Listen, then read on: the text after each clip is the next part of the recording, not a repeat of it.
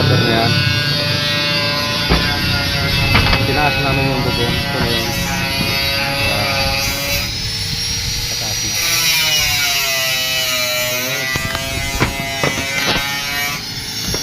Ito yun sa kabila. Pataas na rin yung mga kapatid. Ayan, malayo na yung baba.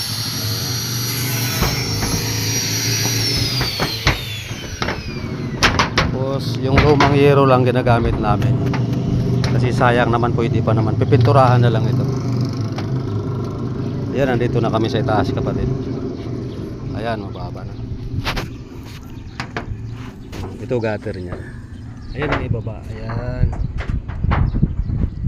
Wala nang bubong niya sa ibaba.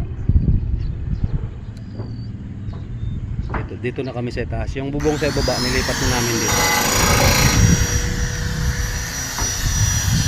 Yung partner ko na grinder.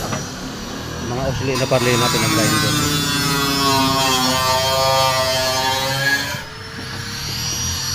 Bye bye, good afternoon.